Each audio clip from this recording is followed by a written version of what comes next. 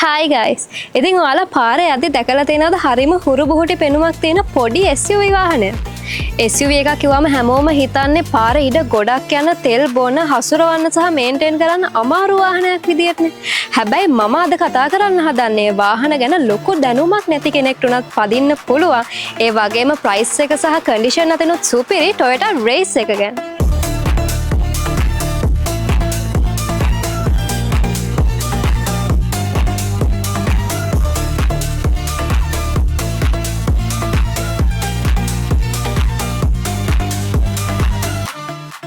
ඉතින් මේ Toyota Race එකේ ඔරිජිනල් වාහනේ තමයි Daihatsu Rocky කියන වාහනේ.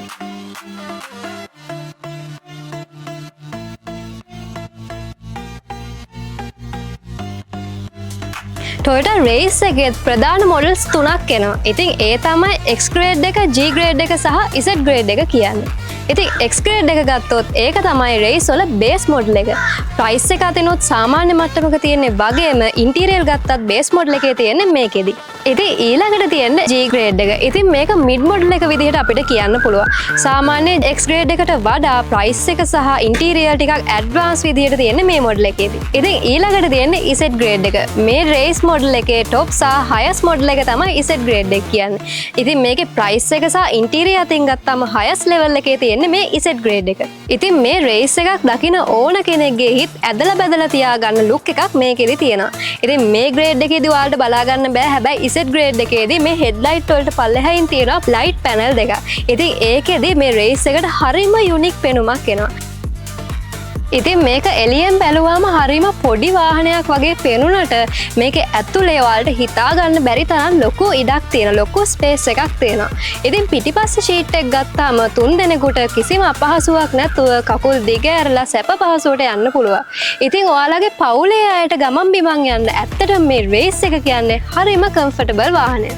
සාමාන්‍යයෙන් මේ වගේ වාහනයක පිටිපස්සේ ෂීට් එකේ 3 දෙනෙක් යද්දි මේ මැද්ද ඉඳගෙන යන කෙනාට පොඩි අන්කම්ෆර්ටබල් ගතියක් තියෙනවානේ. හැබැයි මේ Race එකේදී ඔයාලා මේ වගේ 3 දෙනෙක් යද්දී මේ මැද ඉන්න කෙනාට කිසිම අපහසුාවක් දැනෙන්නේ නැහැ. එයා උස කකුල් දිග කෙනෙක් වුණත් කිසිම අපහසුවකින් තොරව මේ වාහනේදී යන්න පුළුවන්. මේකේ boot space එක එහෙමත් නැත්නම් ඩිකියේ සෑහෙන ලොකු space එකක් තියෙනවා. අපි දැන් බලමු ඒක කොහොමද තියෙන්නේ කියලා.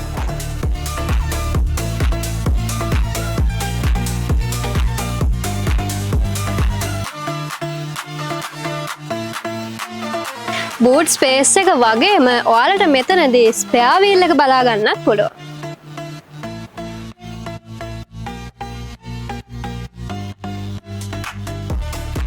වාහනයක් ගන්න ඕනම කෙනෙක් බලන ප්‍රධානම දෙයක් තමයි වාහනයක safety එක.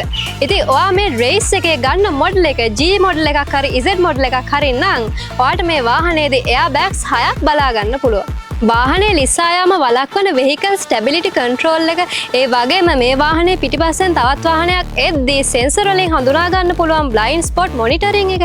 ඒ විතරක් නෙමෙයි Toyota සමාගමේ සුප්‍රසිද්ධ Toyota Safety Sense කියන අති විශිෂ්ට ගණයේ safety තාක්ෂණයත් එක්ක තමයි මේ Toyota Race එක එන්නේ. ලංකාවේ පාරවල් ගැන නම් ඉතින් අමුතුවෙන් කියන්න ඕනේ නෑනේ. හැමතැනම වලවල්, බම්පර්ස්, ගැටි තියෙනවානේ. හැබැයි මේ Race එකේ පොළව මට්ටමේ ඉඳන් වාහනේට තියෙන උස එහෙමත් නැත්නම් ground clearance එක සෑහෙන්න වැඩි. දල වශයෙන් කිව්වොත් මිලිමීටර් 200ක් විතර තියෙනවා. ඉතින් ඔයාලට බයක් නැතුව මේ වාහනේ හරිම කම්ෆර්ටබල් විදිහට වදින්න පුළුවන්. දැන් ඔයාලා හිතනවා ඇති මේක non hybrid petrol විතරක්ම කරන වාහනයක් නිසා එන්ජින් එක ගොඩක් ලොකු ඇති පෙට්‍රල් වැඩිපුර කරනවා ඇති කියලා. හැබැයි එහෙම නැහැ. මේකේ තියෙන්නේ 1.2 ලීටර් ලොකු එන්ජින් එකක්. ඒ විතරක්ම නෙමෙයි මේකට ටර්බෝ තාක්ෂණ එකතු වෙලා තියෙන නිසා හරියටම ගත්තොත් 1500cc එන්ජින් එකක පවර් එකකට සාපේක්ෂ පවර් එකක් මේකෙත් තියෙනවා. හැබැයි මේ Race එකේ තියෙන turning radius එහෙමත් නැත්නම් වාහනයක් හරවන්න ඕන ඉඩ ප්‍රමාණය හරිම අඩුයි. ඉතින් ඔයා අද ඊයේ වාහන පදින්න පුරුදු වුණ කෙනෙක් වුණත් බය නැතුව මේ Race එක ඔයාලට පදින්න පුළුවන්. ඒ වගේම මේ වාහනේ වටේම sensors සහ reverse camera තියෙන හින්දා පාක් කරන එක ඔයාලා හිතනවට වඩා මාරම easy. ඉතින් ඔයා හොයන්නේ පෙනුම ලස්සන බජට් එකට ගැලපෙන ඔයාගේ පවුලේ අයට ඔයාට සුවපහසුව යන්න පුළුවන් හොඳ වාහනයක් නම් හොඳ SUV එකක් නම් Toyota Race කියන්නේ ඔයාට බය නැතුව ගන්න පුළුවන් වාහනයක්. අද වීඩියෝ එක ගැන ඔයාලට මොකද හිතෙන්නේ? ඔයාලට රේස් එක ගැන මොන වගේ අදහසක්ද තියෙන්නේ? අනිවාර්යෙන් පහලින් කමෙන්ට් එකක් දාගෙන යන්න. ඒ වගේම මේ වගේ වීඩියෝස් දිගටම බලන්න ටෙක් ගර්ල් මාත් එක්ක ෆලෝ අප් එකකින් අමතක කරන්නත් එපා. එහෙනම් අපි මේ වගේ වීඩියෝ එකේ ඉක්මනටම හම්බ වෙමු.